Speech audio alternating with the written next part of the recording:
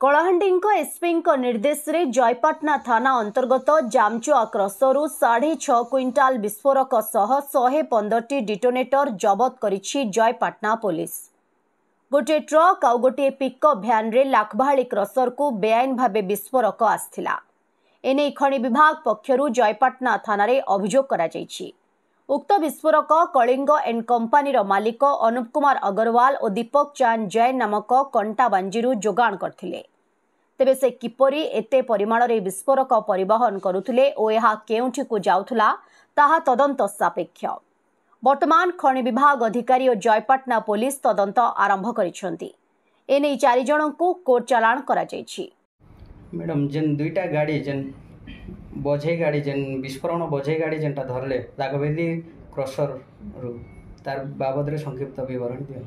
सेटा SP sir को direction रे माइनिंग स्टाफ कलाहांडी रो माइनिंग स्टाफ आउ आमे समस्त मिसी की एक्सप्लोसिव टा सेटा सीजर करा हैचे।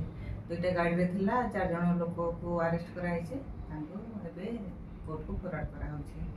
को क्रसर थिला तो गोटे मैडम सूचना अनुसार से लोक माने कोन बाहर अंतर राज्य आस्थिला ना निज राज्य को नहीं ना हमर केते स्कैनर सामान थिला से मैडम सेडी तांको ये थिला 6500 एक्सप्लोसिव। कलाहांडी जयपाटना जिला प्रतिनिधि सुशांत कुमार नाइक रिपोर्ट ओडिशा हाइलाइट समाचार।